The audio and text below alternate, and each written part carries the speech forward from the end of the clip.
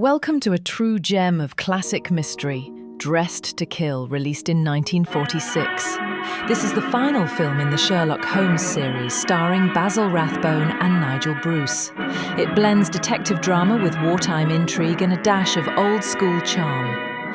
These Holmes films were a big hit during and after World War II, bringing clever mysteries to the big screen.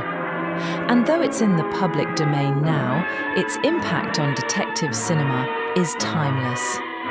Let's step into the foggy streets of London and see Holmes in action.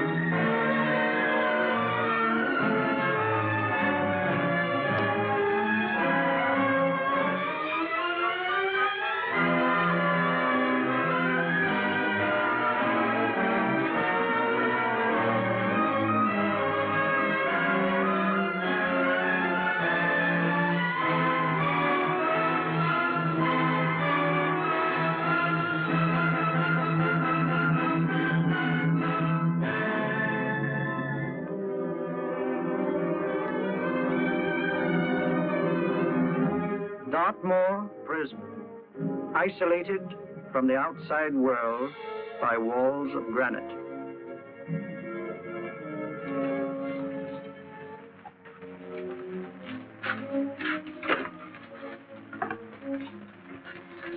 They say you could get out of here by merely telling what you know.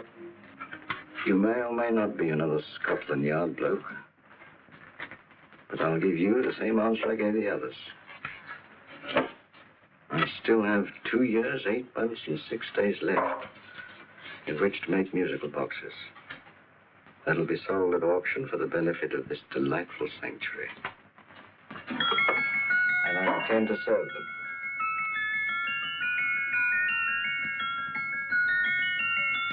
Move along.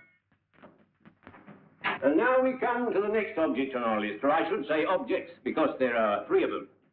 Now, ladies and gentlemen, these can be bought together or separately. Now, these beautiful little musical boxes only arrived this morning, and I didn't intend to put them on the auction block until later, but I'm going to sell them now.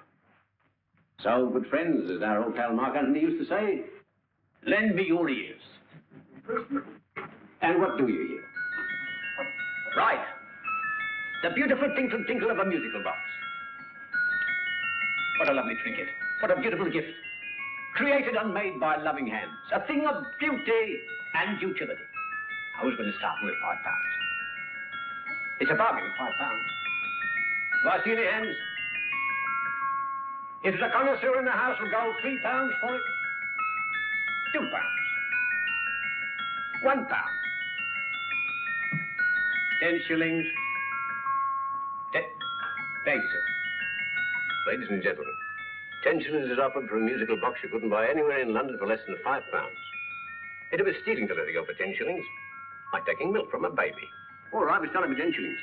10 shillings, 10 shillings is offered, 10 shillings is offered, 10 shillings is offered. And anybody give me £1? Bring me £1? Oh, £1 won't give me £1. £1, £1 is offered, £1 is offered, ladies and gentlemen, £1 is offered. It's against you, sir. Will you go to £2? Will you go to £2, sir? £2. £2 is offered. £2 is offered. Going once. Twice. Third and the last call. Sold to the gentleman for £2. Sorry, my dear. Now, ladies and gentlemen, comes the opportunity to purchase an exact duplicate of the beautiful little musical box just bought by this gentleman for the ridiculous low price of £2. Oh, it's exactly the same. Exactly the same. Made with the same hands. You hear that? Isn't that lovely? That tinkle, tinkle, tinkle, tinkle. Sounds like Bow Bells to me, you know, little angels pulling on the ropes, eh? Who'll give me £2 for it? Who's starting with £2? Will anybody starting with £2? Oh, come, ladies and gentlemen. You know, from your enthusiasm, we might all be in Scotland instead of London. Please buy it for me, Daddy. £2, certainly not. We all might be in Scotland. Besides, I don't like his manner. £1, 10 shillings. £1. £1 is ours. £1 is offered. The £1 is offered. Going £1. Any advance? Going once. Going twice. The third and the last call. Sold to the lady for £1. Smart bidding, my dear. Thank you. We come to the third and last of these beautiful little musical boxes. Exactly the same. Tinkle, tinkle. Isn't that lovely? Ladies and gentlemen, I don't bring you here to gull you and swindle you. This is the exact replica of the 2 I just sold before.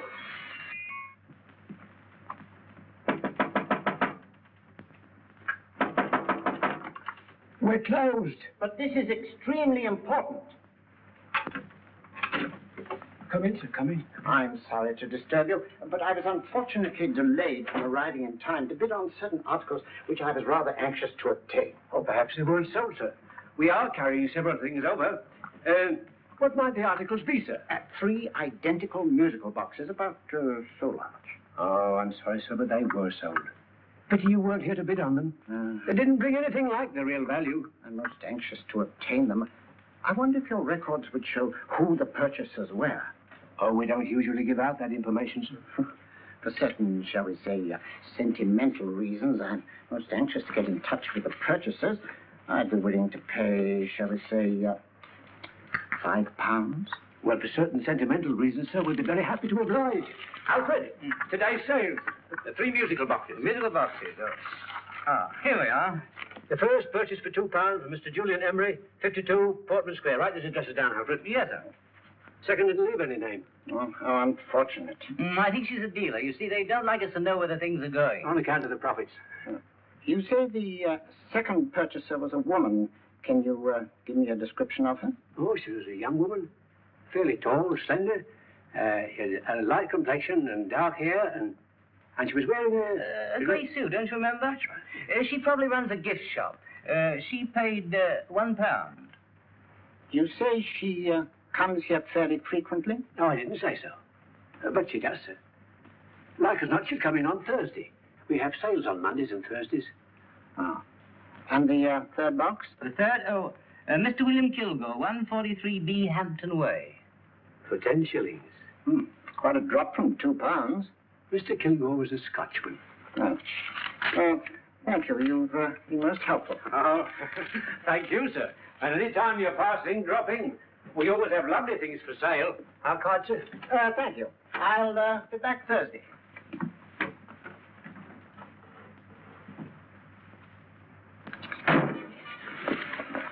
The message reached us too late. Musical boxes are being sold. Let's get out of here.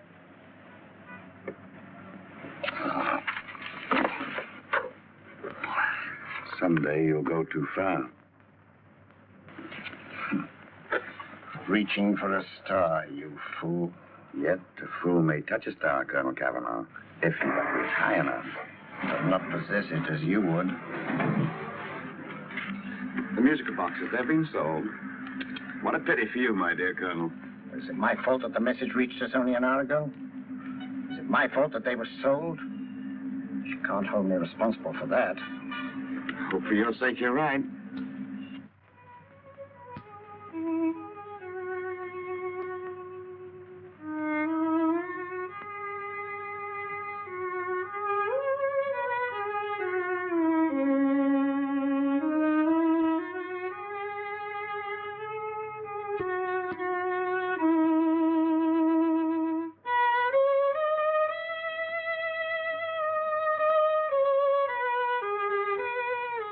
They will call upon you tonight at 7:45. A gentleman who desires to consult you upon a matter of the very deepest moment.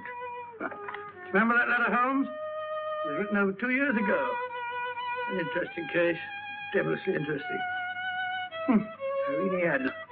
What a striking-looking woman from the brief glance I had of her. Seems only yesterday. What charm. What poise. And what a mind. Sharp enough and brilliant enough to outwit the great Sherlock Holmes himself. I take it the new issue of the Strand magazine is out, containing another of your slightly lurid tales. Indeed. And what do you call this one? I call it A Scandal in Bohemia. Not a bad title, eh? If you must record my exploits, I do wish you'd put less emphasis on the melodramatic and more on the intellectual issues involved. What do you mean by that? Well, I do hope you've given the woman a soul. She had one, you know. By the woman, I suppose you mean Irene Adler. Yes. I shall always remember her as the woman.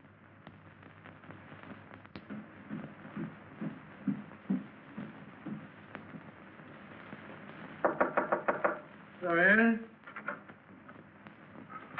I think. Rathbone, old boy, how are you? How are you, old boy? I haven't seen you for years. I want you to meet my old friend Sherlock Holmes. Holmes, this is Stinky. In other words, Julian Emery. How do you do, Mr. Emery? Watson has often spoken of you. Oh, has he? Yes, we were at school together. Yes, more years ago than I care to remember, but you didn't come in here just to remind me of that. No, I just happened to be in the neighborhood and saw your lights burning, so I took the liberty of looking you up. Still writing your mystery stuff? Yes, there's a new one out this week. Good, I never miss them. Oh, good, thanks. I say that bandage makes you look very interesting. Still poking your nose into other people's business as usual? Who hit you? I haven't the foggiest notion. Somebody knocked me on the head in my own living room, and then proceeded to commit the most idiotic burglary you ever heard of. Fellow must have been balmy as a coot. Balmy? Why? Come sit down, old boy. Thanks. Would you like a cup of tea? Huh? Oh, all right. I'll go and tell Mrs. Hudson about it. Yeah. Why do you say the robbery was idiotic, Mr. Emery? Oh, simply from the fact that with about £5,000 worth of musical boxes in my living room, the thief, who I caught in the act, made off with one that isn't even worth £5. I gather you're a collector of musical boxes. Yes, I am indeed. Some of them very beautiful, but not the one that was stolen. The thief evidently grabbed the first thing that came to his hand when he heard me coming into the room. Still, it's rather odd, isn't it, that having disposed of you, he didn't pick up something more valuable. Mm-hmm. Was there anything unusual about the stolen box? No, nothing at all. No, I picked it up in the south of France, several years ago. You say you have many valuable music boxes, and yet the thief made off with one that isn't worth £5. Sounds like rather an intriguing little problem. Well, I take it that he was just an ordinary petty thief and didn't know the value. That is a possible explanation, and yet I venture to say that the average petty thief has a more extensive knowledge of the value of objets d'art than the average collector. Well, anyway, that's gotten the odds theory. They didn't get very excited about it. That's consistent anyway. I wonder if I might see your collection, Mr. Emery. Oh, of course you could, yes. Nothing a collector likes more than showing off his trophies. When would it suit you? No time like the present. Good. My place is just round in Portman Square. Shall we? Yes, right. Hello? Where are you going? Stinky hasn't had his tea yet. Oh, I'm sorry. We're going round to my place, where I'm going to give you something better than tea. Now, this one was made for Louis the 15th, and is one of the very few still in existence from that period, and a particularly fine specimen at that. Charming, isn't it? Quite. It all sounded to me like a lot of mice running about on a tin roof. I'm afraid you have no ear for music, Watson. Give me a good old band playing a rousing march. You have all those silly little tweets.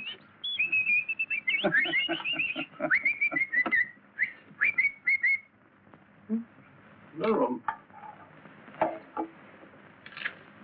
Is this me?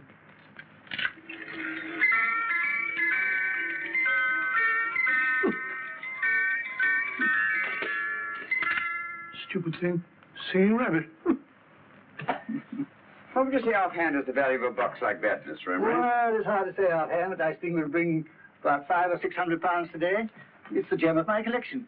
Yet a thief who steals an oddity like a musical box passes up one worth £500 for one of almost no value at all. Odd. Very odd. What was the stolen box like, Mr. Emery? Oh, just a plain wooden box about so big. Mm-hmm. As a matter of fact, I have one over here almost exactly like it. I picked this up yesterday at an auction room in Knightsbridge. Paid only £2 for it. Of course, I wouldn't in the ordinary way add one like this to my collection, but the tune intrigued me. I'd never heard it before.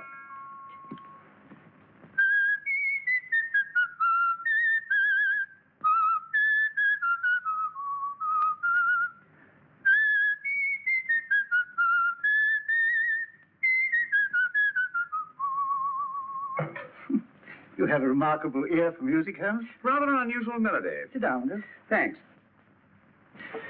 You say you bought that box at an auction sale yesterday? Yes, the Gaylord auction rooms in Knightsbridge. Mm-hmm. Run by old, what's his name?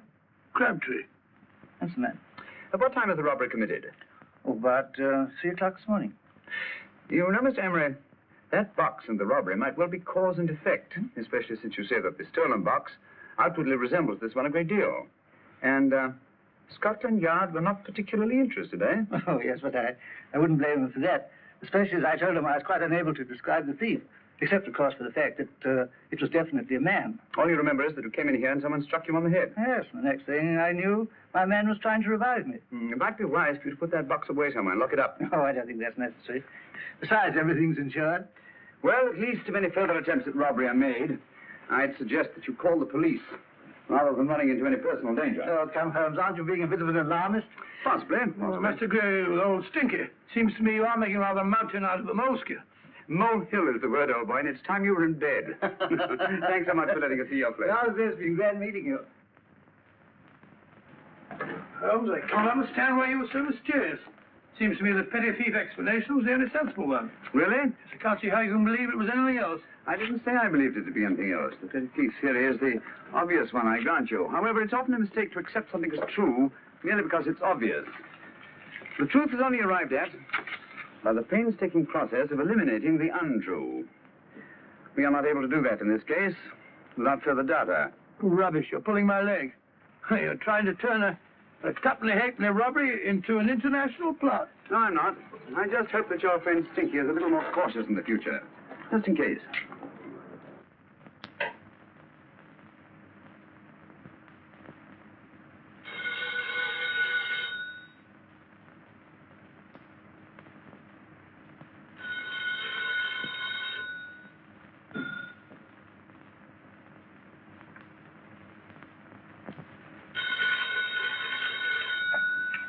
Yeah? Yeah? Julian Emery here. Who? Of course I remember you, Mrs. Courtney. Yes. Yes, you're the one bright spot at that appallingly dull affair of Lady Sanford's. Huh? Of course it isn't too late to come around. Yes, I shall be delighted to give you a drink. I tell you what, come straight up and I'll leave the door unlatched. Right, well, 15 minutes? Good. I shall be counting each moment. No, I mean that, really. Right, goodbye.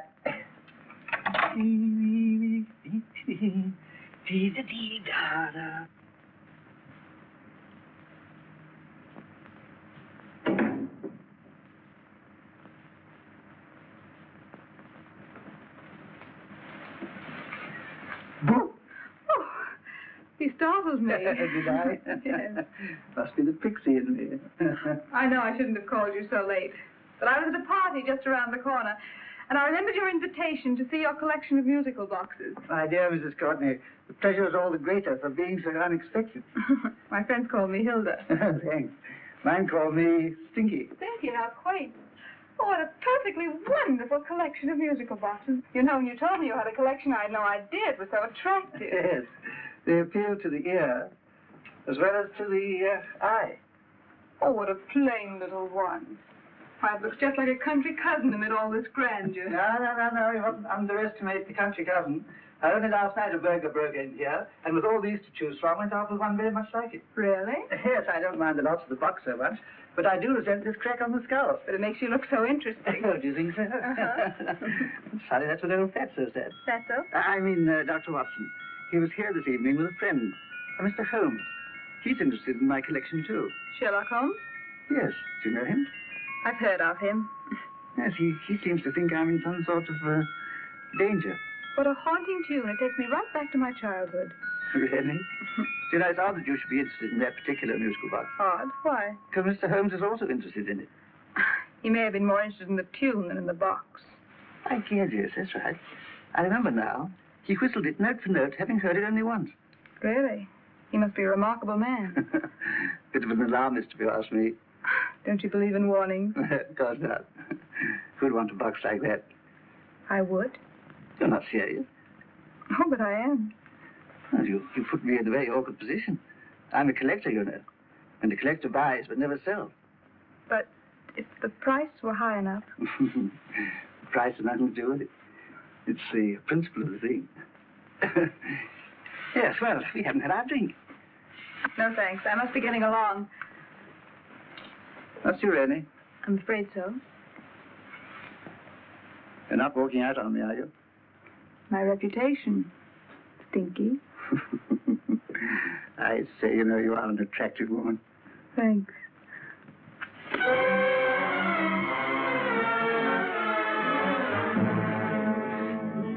Oh, I told you to wait outside. What did you have to kill him for? All I had to do was walk out with it. He held you in his arms. Don't touch him. Don't touch anything. Now get out. I'm sorry. You're sorry. What about me? This is murder. What about Scotland Yard? What about Sherlock Holmes? Now get out.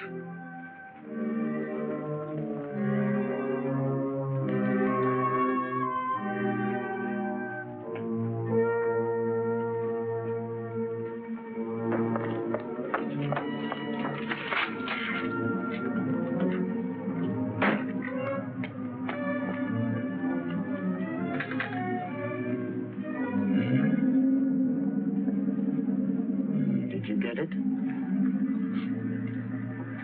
Good. Did you have any trouble with him? Just a matter of murder.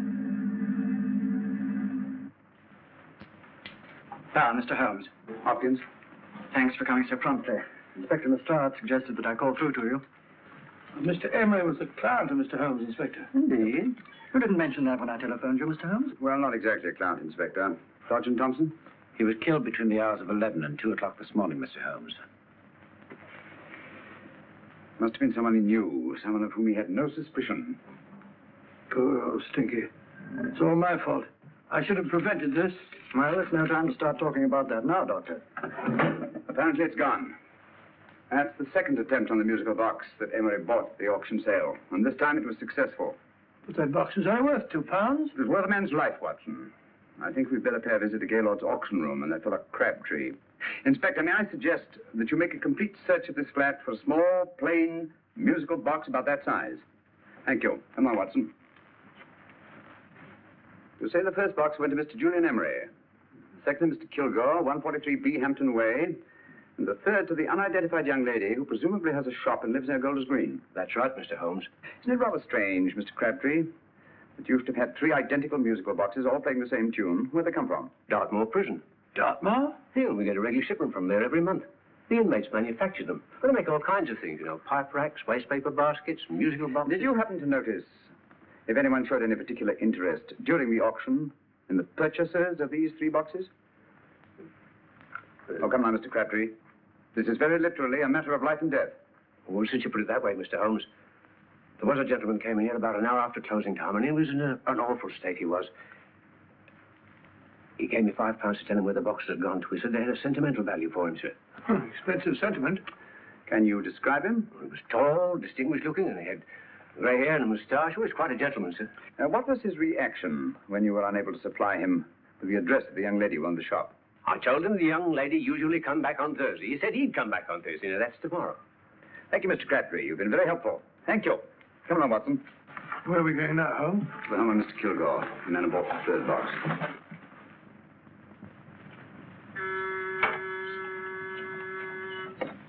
But hang it all, Holmes, how do you know those other 2 musical boxes are of any importance? I don't, but I certainly have no intention of waiting until the owners are murdered to find out. No one at home. I hope that's the explanation. I'll have a look through this window.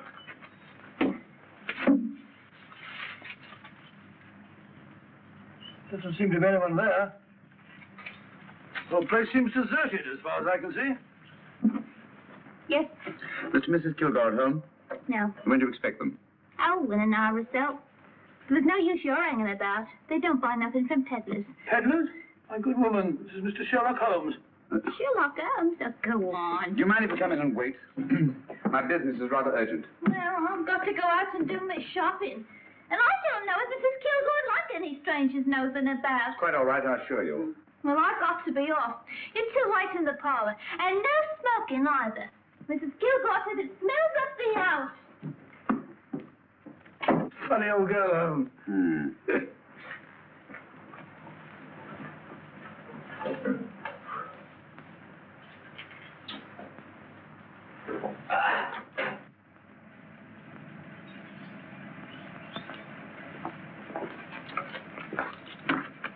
Park Lane. Park Lane? And what would the likes of you be doing in Park Lane? Now, don't worry about the fares, Ducky. If you know how to get to Park Lane, I'll pitch.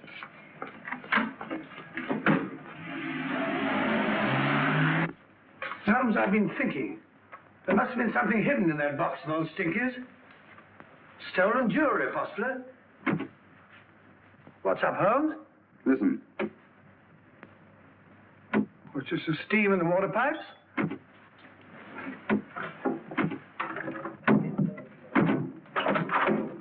Watson!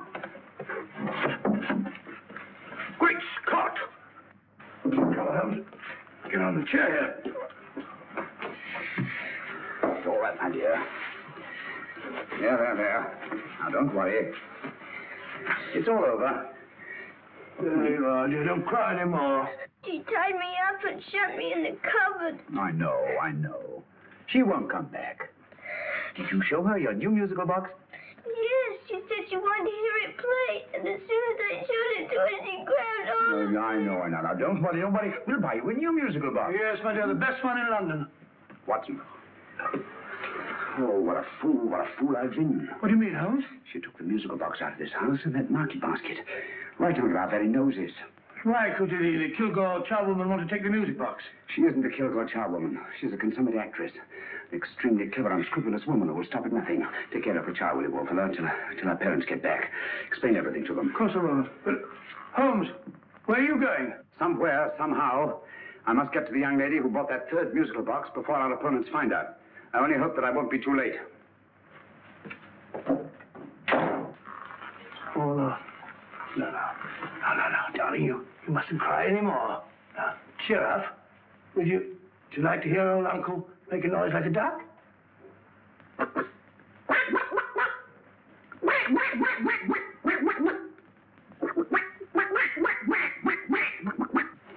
Oh, sorry?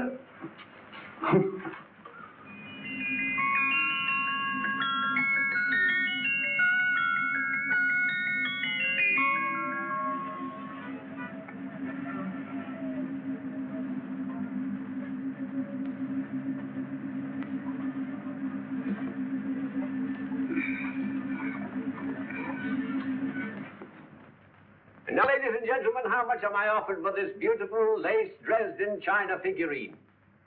A lady of the French court. Now, this is the genuine article. What a beautiful ornament for your mantelpiece. Or you could use it as a centerpiece on the dining room table. Now, will somebody start me for £10? Will somebody start me for £10? £8. £7. All right, £5. £5 is offered, £5 is offered, £5 is offered, £5.10, £5.15, £5.15. £6 is offered, £6, going once, going twice, the third and the last call will be all done. Sold to the lady from Twickenham for £6. Next, we have a real museum piece, ladies and gentlemen. A fine 19th century doll. A costume and exact replica of the holiday clothes worn by the Hungarian peasant women. Now, ladies and gentlemen, an article like this will cost you from £15 to £20 in a West End shop. I'm not going to ask for anything like that. Who'll give me £2 for it? £2. Anybody offer me £2? £2 for the Hungarian? £2? £1. What? Anybody give me £1? Anybody offer me £1 for the doll? £1 is offered, ladies and gentlemen. £1 is offered.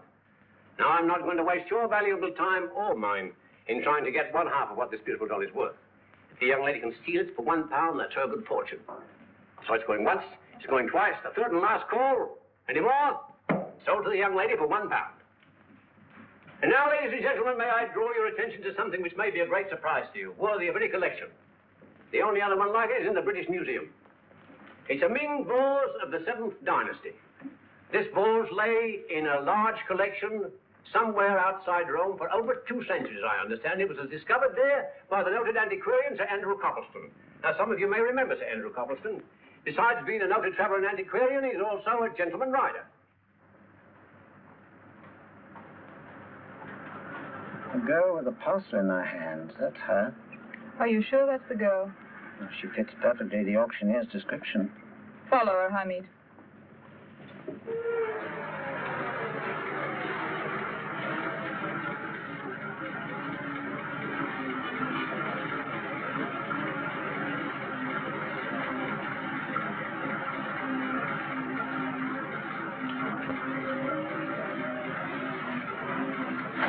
Basil Rathbone played Sherlock Holmes in 14 films.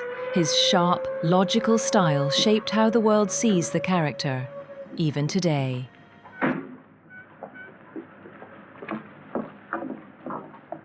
lovely, dear. And only £1. We can get at least 3 for it. Easily. I'll go make some tea. I could do with a cup. Right. Good afternoon. Good afternoon. I'm looking for a birthday gift for a 7-year-old girl. What would you suggest? We have some lovely dolls. Now, this Hungarian... I think she has enough dolls already. Books are always welcome. Well, I'm looking for something a little different. Well, that's rather cute. What is it? Well, that's a musical box. Children always love them. And this is an exceptionally nice one. It plays many tunes.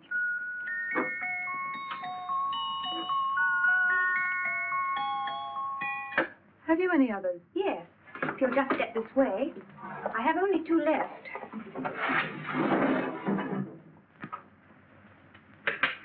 How nice.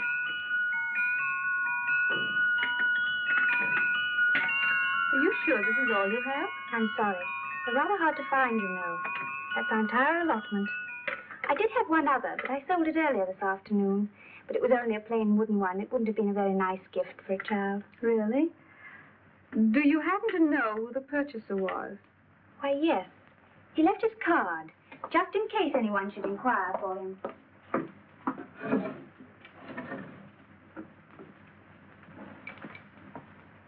How interesting. I'm sorry, but I'm afraid I'll have to look a bit further. Thank you, anyway. Good afternoon. Thank you.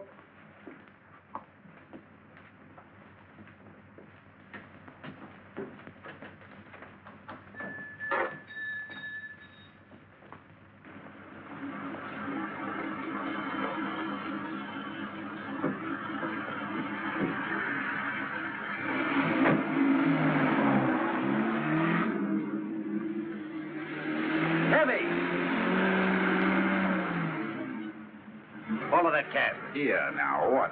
Scotland Yard. Office.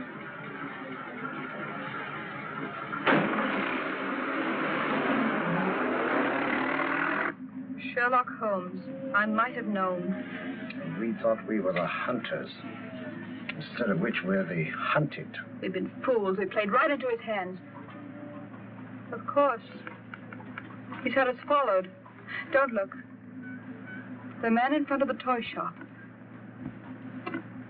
Hamid, turn sharp right at the next corner and again at the next.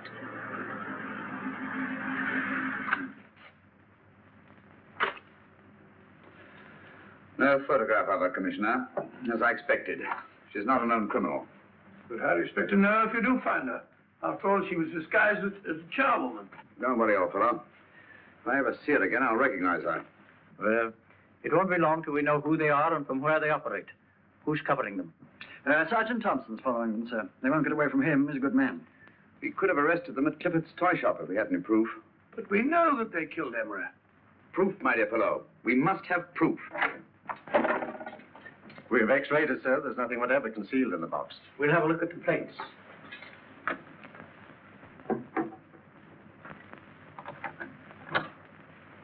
There must be some clue. And it's probably so obvious that we've all overlooked it. Seems to me we're up against a bunch of lunatics. Not lunatics, my dear fellow. Extremely astute, cold-blooded murderers.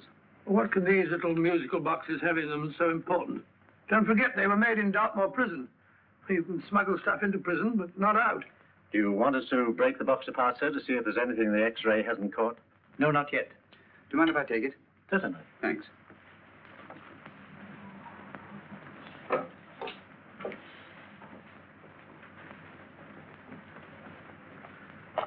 The governor of Dartmoor Prison informed us, sir, in answer to Mr. Holmes' question, that all 3 musical boxes were made by the same convict, John Davidson, serving a 7-year term, sir. Davidson? The Bank of England plates. That'll be all. Yes, sir.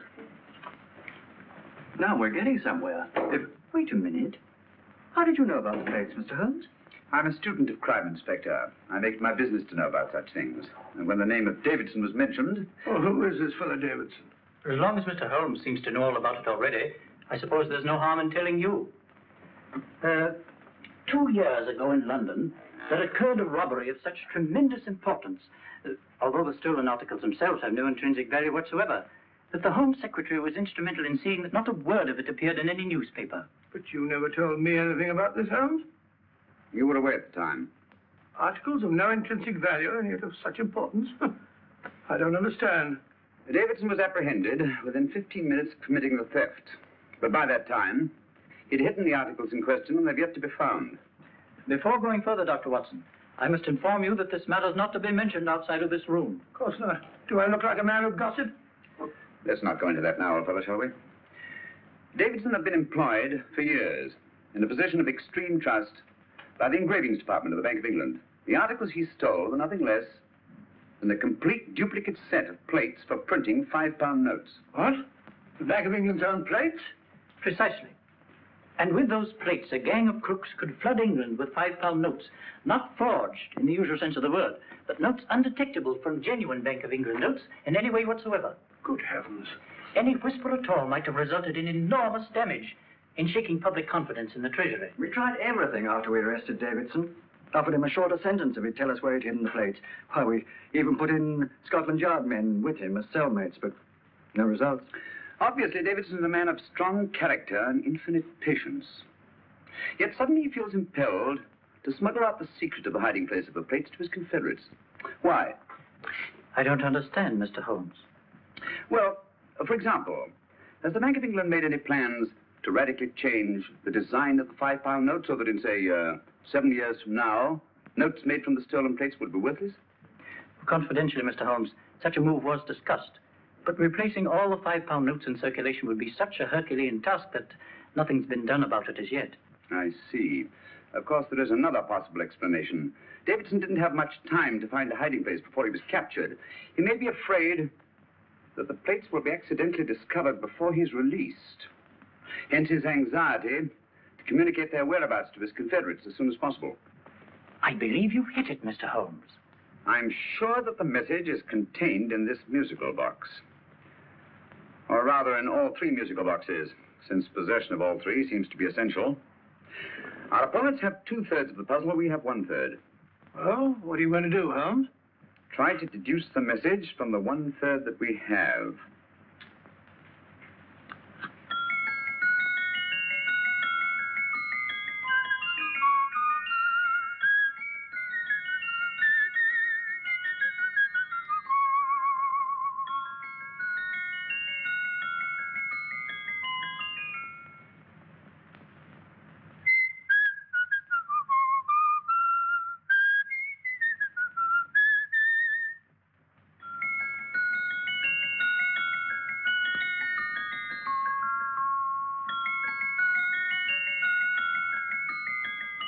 It's the same tune as the one played by Emery's musical box. And yet it's different. Sounds the same to me. The tune. Somehow the tune is the key to the mystery. It must be the tune. Otherwise, why use 3 musical boxes to convey the message? Why not collar boxes or shoe boxes? Yes? Oh, it's for you, Inspector. Oh, thank you, sir. Inspector Hopkins speaking. What? Where? Golders Green Station reports they've just found Sergeant Thompson's body. From the tire marks on his clothes, he was apparently run over by a taxi. What an unfortunate accident. Not an accident, my dear fellow. I'm afraid it's murder. You never know just who you're going to meet when you're walking down a busy London street. Mrs. Orchid to Mrs. Brown, any subject of the crowd. Oh, you never know just who you're going to meet. So you better hold your topper in your hand, just in case you meet a lady on the Strand. Girls will think you're kind of sweet, and your day will be complete. Oh, you never know just who you're going to meet. Now a gentleman is judged by his appearance. Yes, a gentleman is judged by how he talks. Now he's much better off when he's acting like a top, especially if he's taking him a walk. What on earth is this outlandish place? A rendezvous for actors. Actors? Buskers, old boy. You've seen them 1,000 times. Actors who entertain the queues, waiting outside theaters. You never know who you're gonna meet when you're walking down a busy London street. So you better wear your best, go aside to look your best, 'cause you never know who you're gonna meet. So you better keep your manners right in view. Just in case the line gives a how you do. Keep your trousers in a pleat, shine your shoes and keep them neat, 'cause you never know just who you're gonna meet. Blimey. Mr. Holmes. How are you, Joe? Never met him. And yourself? Fine, thank you. I want you to meet a friend of mine, Dr. Watson, Joe's sister. Oh, well, any friend of Mr. Holmes is a friend of mine. Hi, Joe. He did me a good turn once that I'll never forget. Yes, I cleared Joe of a most unpleasant charge. Murder, no less. Oh, really? By proving to the satisfaction of the police that he was busy at the time blowing open someone's safe. That's right, Governor. Good gracious me. Joe, now you can help me. Come on, buzz off, buzz off. Come on, off it, off it. Can a gentleman have some peace and quiet around here? You too. There you are, Mr. Holmes. Now we can have some peace and quiet around here. Thank you, Joe. There's £5 in this for you. Well, I wouldn't want to take it on myself, sir, but I can get somebody to do it for you for half of that. You don't know what the job is yet. For £5? Murder, ain't it? What? No, Joe, not murder, just music. I want you to identify a song for me. Oh, there ain't a song that's been written that I don't know. That's why I came to you. Of course, the violin is more my instrument, but, oh, well, here we go. Now, listen to this, Joe.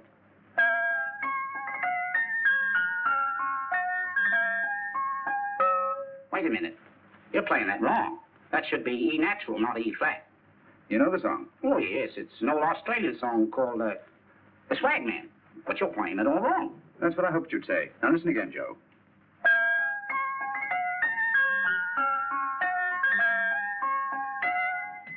That's the same tune, all right. But you're making different mistakes than you did the first time. No, not mistakes, Joe. Call them variations. Here, play the song for me, will you? The way it's written.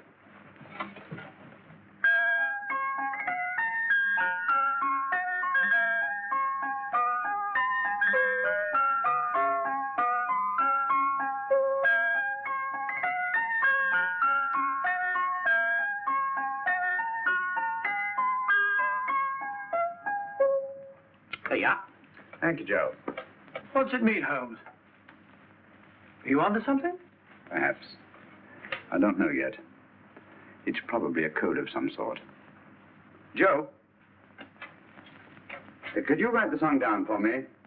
The way it was originally written? Oh, sure, Mr. Holmes. But it'll take a few minutes. Mm-hmm. Here, Neill. Hey, Neill. Come on, up to it. On with it.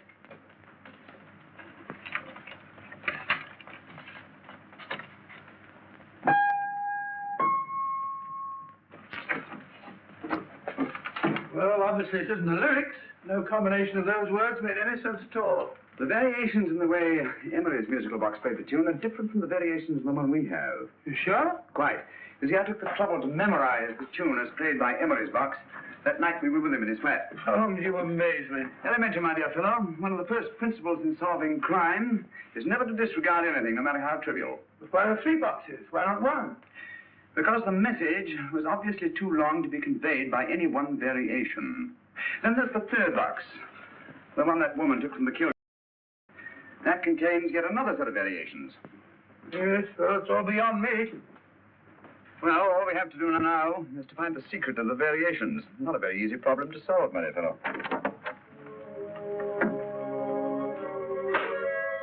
Hello.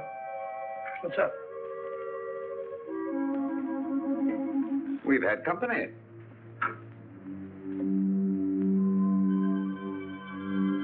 I say, this is outrageous. Ask Mrs. Hudson to come in here, will you? Right.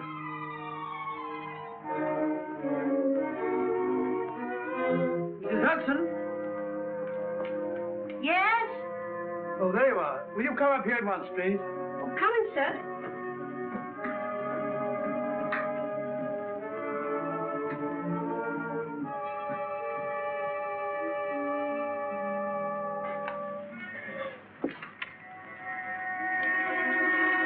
Mercy me, Mr. Holmes. What has happened?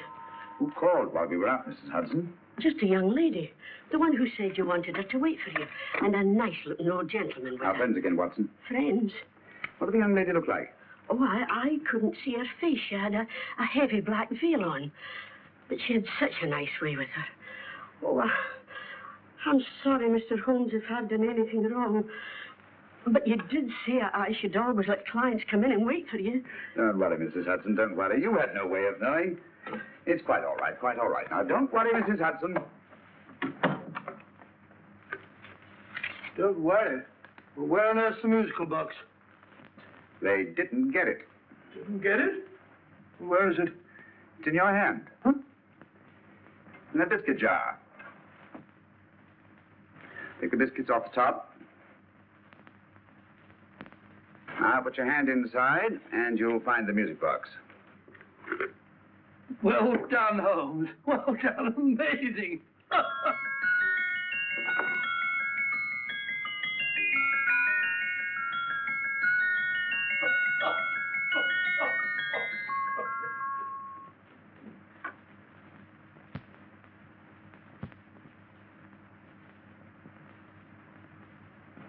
Whew. Nice fresh smell. Like a pub after closing time.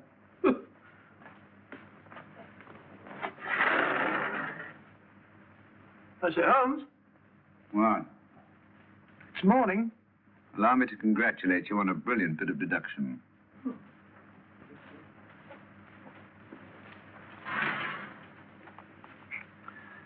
It's not a transposition, not a polygraph transposition, not a trigraph, nor any known form of decoding. How about the Morse code? Have you tried that? Yes, at about 3 o'clock this morning. I'm sorry, old man. I was only trying to help.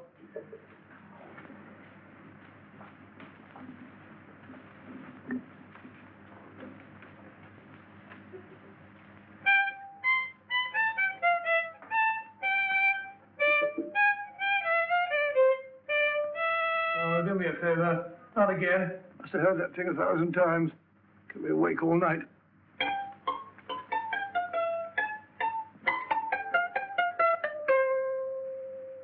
Not a very distinguished composition, I grant you. You know perfectly well I don't know one tune from the other. When I was a kid, my people tried to have me taught the piano. I've always felt sorry for that old teacher of mine. The poor old girl finally reached the point of numbering the keys for me. 1, 2, 3, 4. Even then, I never progressed beyond it. Numbering the keys, Watson. The 19th key of the keyboard is the 19th letter of the alphabet. S. Here. Write it down when I give it to you, old fellow, will you? The first altered note. Write S first. Now, the 8th key is H.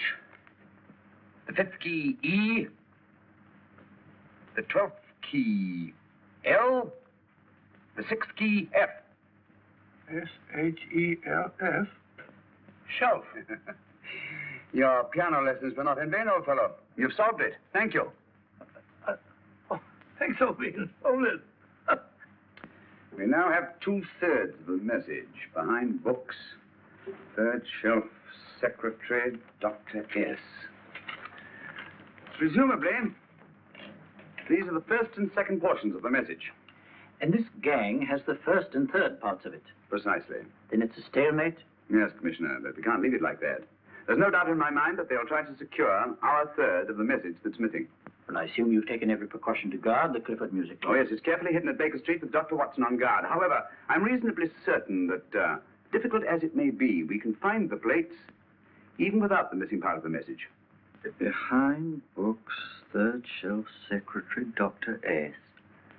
And outside of the fact that Davidson hid the Bank of England plate somewhere in London, Mr. Holmes, I don't see that we've progressed at all. Allow me to point out to you, sir, the key words, Dr. S. It looks as if the plates were hidden in the house of the doctor. Whether S stands for his first or last initial remains to be determined by a process of elimination. Well, there must be 10,000 doctors in London with S for a first or last initial. Precisely. And every one of them will have to be questioned in person. That's why I say this is a task for Scotland Yard. It's a task, all right. But Scotland Yard has searched worse haystacks and found a needle. Well, for the time being, I'll leave the matter in your hands, gentlemen. We'll call you if and when we get a lead on our mysterious Dr. S. In the meantime, I intend to follow up a little clue concerning a cigarette.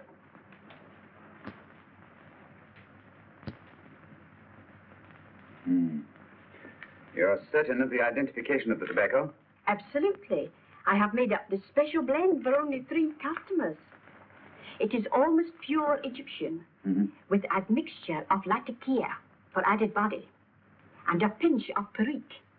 Merely a whisper, as one might say, for elusive fragrance. Yes, yes. And the 3 customers? Major Wilson in Bombay, India. Mrs. Catherine Leamington Smith in Ireland. Yes, and the 3rd? Mrs. Hilda Courtney of Park Mansions, Bryanston Square. Thank you. Thank you very much. You've been most helpful. It is a pleasure to have been of service, Mr. Holmes.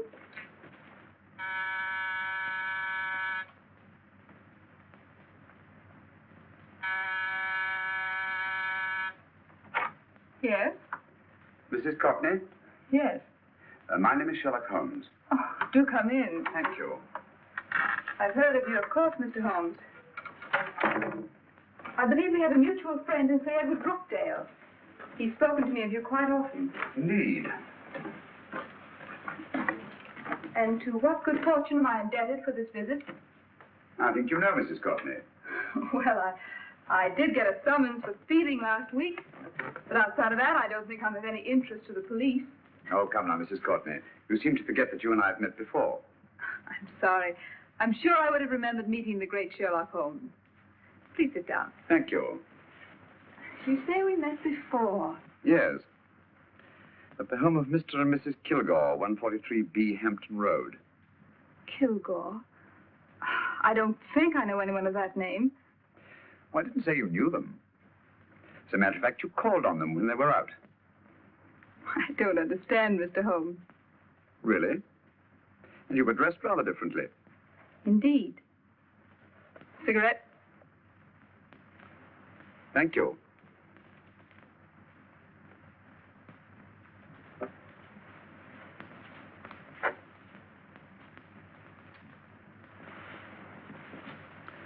Thank you. You know, Mrs. Courtney, people generally forget, in assuming a disguise, that the shape of the ear is an almost infallible means of recognition and identification to the trained eye. Evidently, you've mistaken me for someone else. Oh, no, not at all. Though naturally, I expected your denial.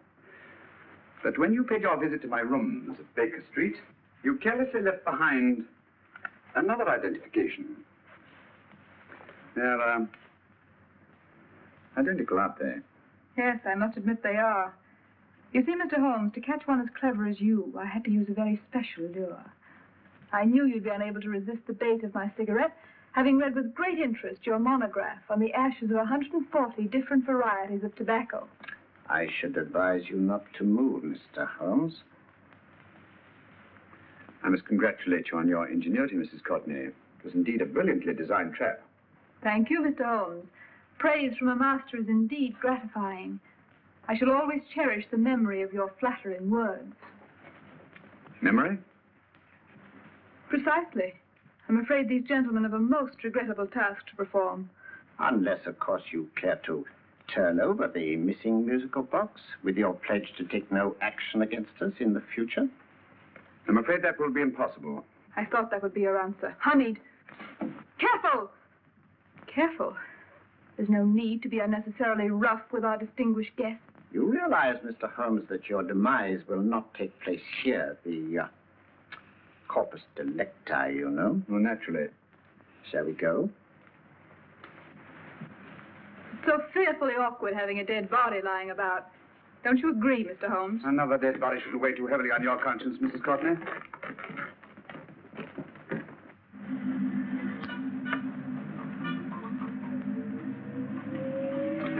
You mind if I have a cigarette? Don't see why not.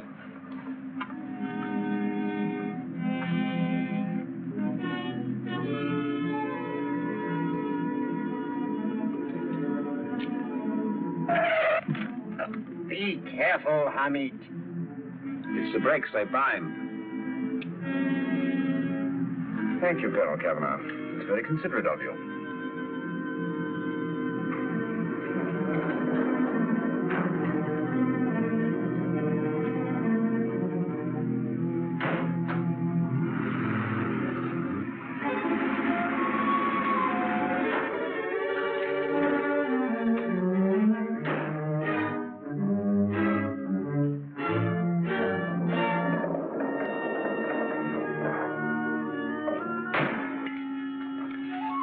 happy to know, Mr. Holmes, that your death will be a painless one. Hamid, attach this to the motor of the taxi. That little attachment, my dear Mr. Holmes, contains the deadly fluid known as monosulfide. The Germans use it with gratifying results in removing their undesirables.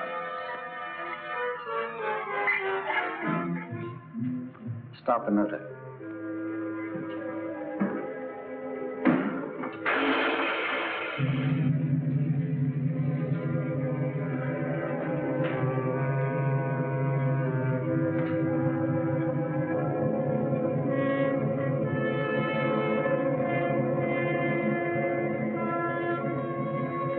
Tape his mouth.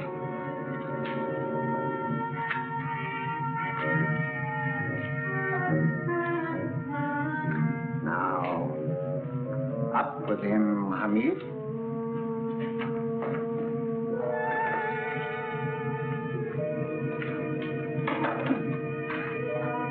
You find yourself like Muhammad's coffin, Mr. Holmes, suspended between heaven and earth. Plenty of fuel in the tank? Good. It would be too bad to have anything go wrong through so simple an oversight.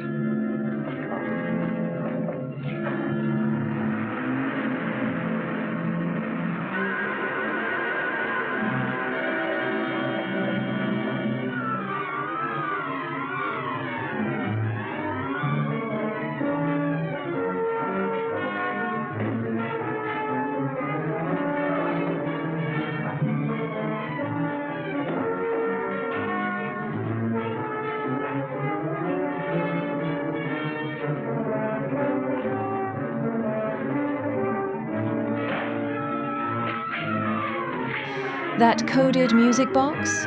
It's based on real spy tech from the era. The plot plays off real wartime fears of secrets hidden in plain sight.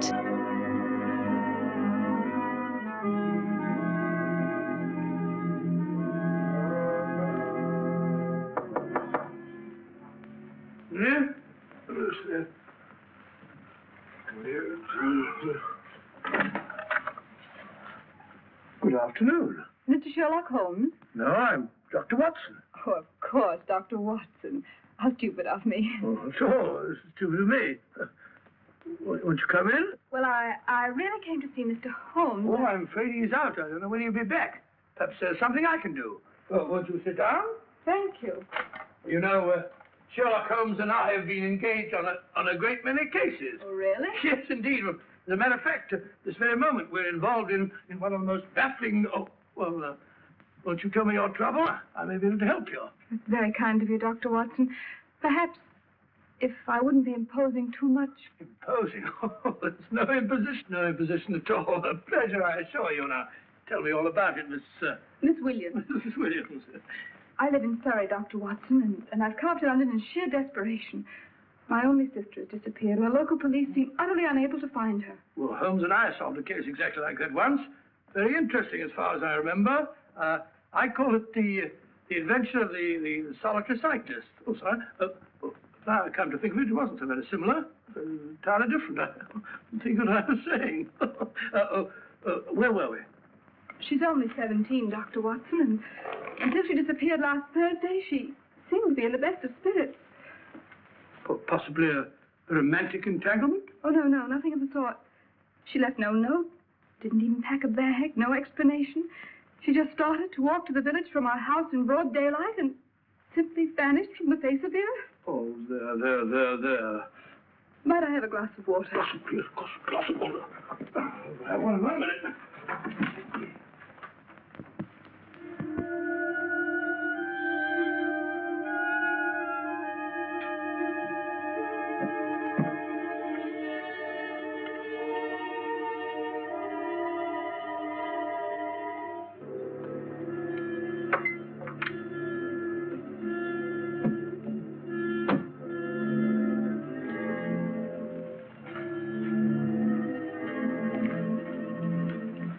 There you are, my dear. Thank you, Dr. Watson.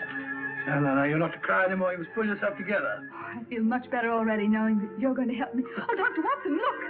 Good heavens!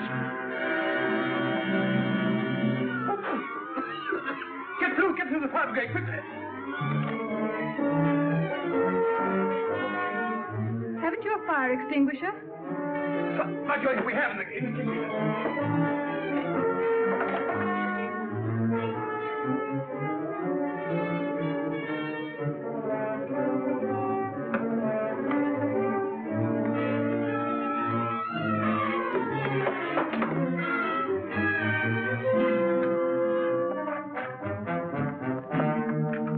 Don't you worry, Miss Williams. We'll have this thing out in no time.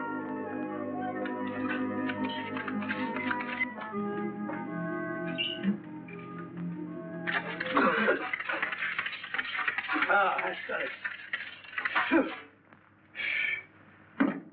Get the mayor. Well, you see, there was no need for the fire brigade after all. I hope you weren't too frightened, Miss Williams. Gone. That's the trouble with women. They always lose their heads in an emergency. Well? A musical box. Great Scott! Miss Williams! Well? Good. And Holmes? By now, Mr. Holmes has no doubt exchanged his violin for a harp. Always assuming that heaven is his destination. And now that we have the missing musical box.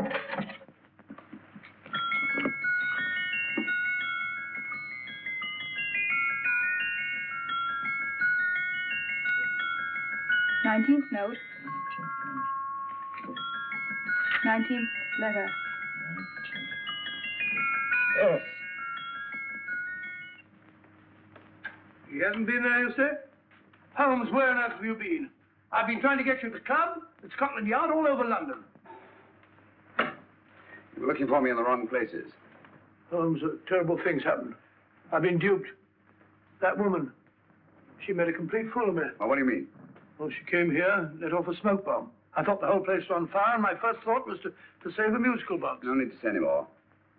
She has the box. Yes. Don't blame yourself too much, old fellow. She's an extremely clever antagonist. Smoke bomb, you said? Well, you can console yourself with the thought that your charming friend is at least a reader of yours. What do you mean?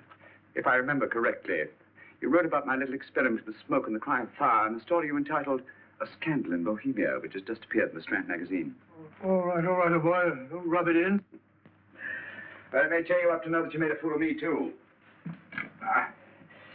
That cigarette stub was planted here for one express purpose. We're going to bandaging around this place. Bandaging? What's the matter, Holmes? You hurt? Explanations will have to wait until later. At the moment, we're faced with a problem which I fear is insurmountable. Come over here, old boy, will you? Right. Our opponents are in possession of all 3 parts of the code. And here are we, while the Bank of England plates pass into their possession. Cheer up, old fellow, cheer up. As Dr. Samuel Johnson once said, there's no problem the mind of man can set that the mind of man cannot solve. What's that, old fellow? I was just quoting Dr. Samuel Johnson. He said there is Thank you, Watson. Thank you. Leaving the front reception room, we come into the main hall, where Dr. Johnson was in the habit of passing through to have his meager meals in the dining room opposite, in company with his friend and biographer, James Boswell. We will now pass up the stairway, which remains in its natural wood finish, just as it was when the good doctor was here. The framed etching on the wall is believed to have been presented to Dr. Johnson by the distinguished painter, Sir Joshua Reynolds. I've been told here that picture was given in by Mrs. Thrale, and it's definitely not a Reynolds. Is that important, my dear? Oh, I'm sorry. This way, ladies and gentlemen, please, this way. Move along, children, move along. The secretary's not on this floor. Patience, Hamid. I've a feeling... My dear Colonel, with Sherlock Holmes out of the way, what could go wrong?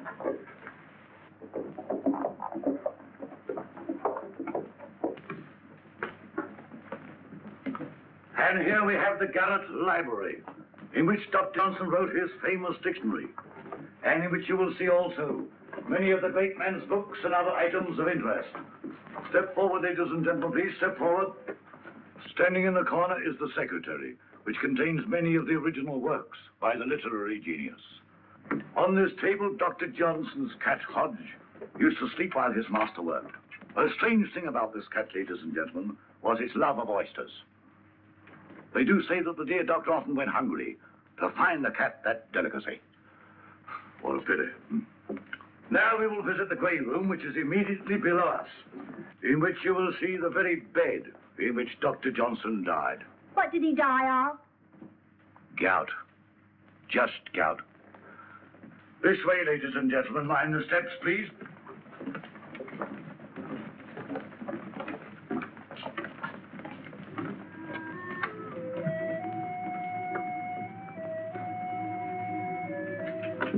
Your keys.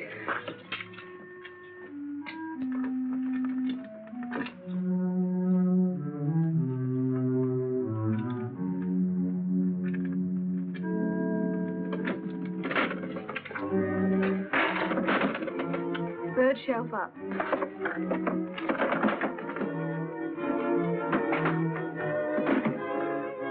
The knife.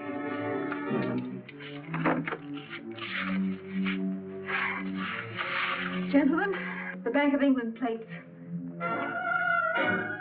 Oh, Mrs. Courtney. So we meet again.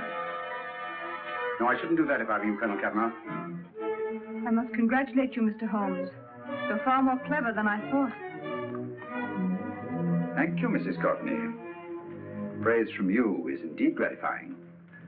I shall always cherish the memory of your flattering words. Memory? Oh, thank you. And now I have a most regrettable task to perform.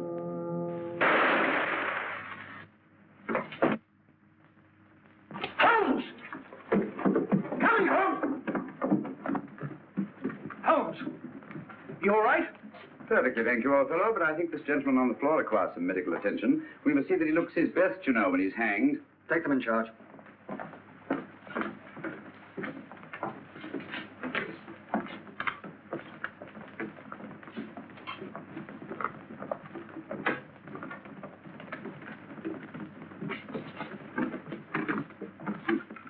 A brilliant antagonist. It's a pity her talents were so misdirected. Will you see that these plates are returned to the Bank of England, Inspector? I still don't understand how you solved it, Mr. Holmes. It's entirely due to Dr. Watson. He gave me the clue when he mentioned Dr. Samuel Johnson. Well, congratulations, Doctor. Oh, thank you, Inspector. I don't think I'd have done it entirely without Mr. Holmes' help, you know.